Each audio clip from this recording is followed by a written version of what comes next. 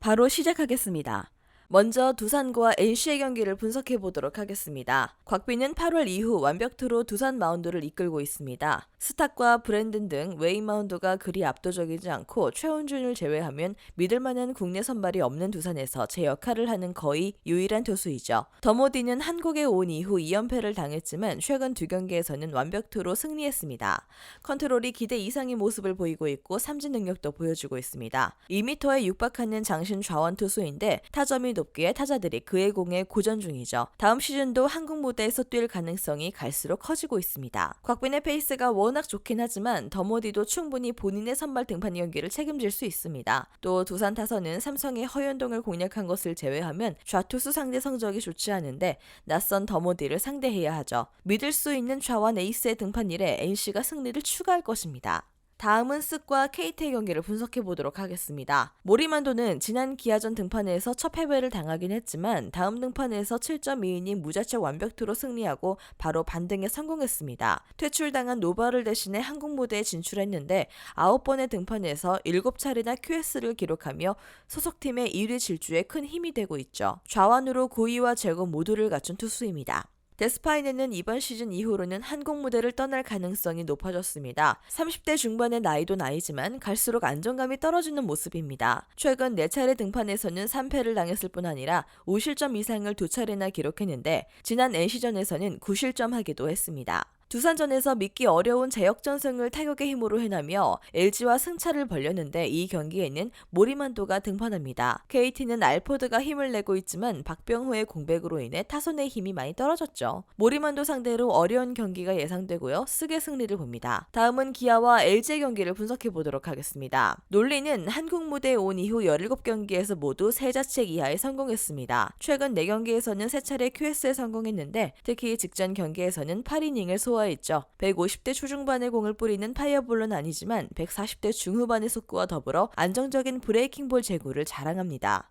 플라코는 다승 1위를 달리는 투수입니다. 한화 상대로 패한 경기도 있었지만 그 경기를 제외하면 후반기 전 경기에서 QS를 기록하는 완벽투를 이어가고 있습니다. 9이닝당 10개의 삼진을 잡아내는 투수는 아니지만 리그 최고의 커브를 던지며 위기를 넘길 수 있죠. 일요일 경기에서 타선의 부진 속에 한화에 일격을 당했지만 LG는 아직 2위 탈환을 노리고 있습니다. 그리고 팀에서 가장 좋은 피칭을 하는 다승 1위 투수 플러코가 나섭니다. 기아에도 강했고 플러코는 충분히 QS 이상을 해주며 팀에게 리드를 안겨줄 수 있는 투수입니다. LG 타선이 논린에 매우 강했다는 점도 승부를 가를 요인입니다. LG의 승리를 봅니다. 다음은 키움과 삼성의 경기를 분석해 보도록 하겠습니다. 요키시는 KBO에서 누구보다 안정적인 피칭을 해주는 투수입니다. 시즌 볼산비가 7대1 이상을 꾸준하게 유지했고 현재도 6대1에 근접합니다. 최근 3경기에서는 0점대 방어율로 전경기 QS를 기록했고 2승을 따내기도 했습니다. 슬라이더와 커브 등 플러스 구종이 누구보다 많고 패스트볼도 위력적인데 삼성 상대로는 이번 시즌 2승 1패 1.37의 방어율이었습니다. 원태인은 지난 등판에서 NC에 패하며 연승이 끝났습니다. 홈런 2개를 허용한 것이 패배로 이어졌고요. 그래도 삼성 마운드에서는 수아레스와 함께 가장 안정적으로 이닝 소화를 해주는 투수입니다.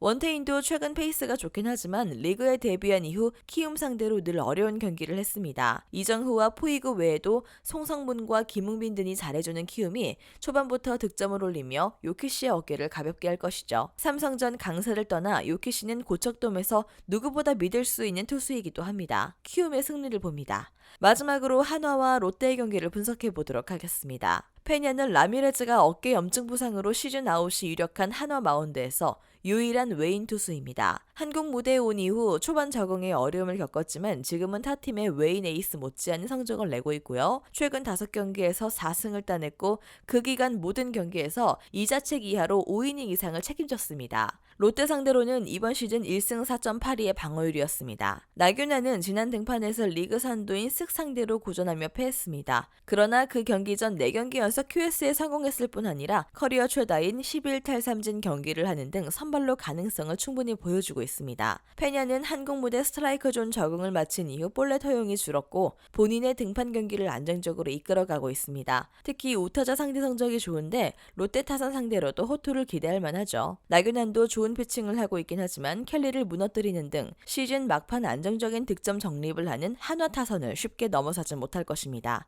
한화의 승리를 봅니다. 영상에서 알려드리는 내용들은 모두 1차 분석 내용들이며 2차 분석과 최종 조합픽은 영상 하단 고정 댓글 링크로 문의 주시면 안내 도와드리도록 하겠습니다. 시청해주셔서 감사합니다. 아직도 혼자 분석하고 계신가요? 이슬TV 스포츠 정보방에서는 실시간 스포츠 커넥션을 통한 소통하는 관리 시스템으로 확실한 수익을 전해드리고 있습니다. 정보방 입장 조건은 없으며 일반인들은 쉽게 접할 수 없는 배당 흐름 분석, 모든 경기 라인업과 결장자, 마지막으로 분석 모델링을 통한 최종 조합픽까지 무료로 제공해드리고 있습니다. 물론 마음에 안 들면 둘러보시고 나가셔도 됩니다. 혼자 하면 단기간으로 수익을 볼 수도 있겠지만 함께 하면 장기간으로 꾸준한 수익이 가능합니다. 정보방 무료 참여하시고 꾸준한 수익을 원하시는 분들은 영상 고정 댓글 링크로 문의 주시면 안내 도와드리겠습니다. 늦지 않았습니다. 함께 합시다.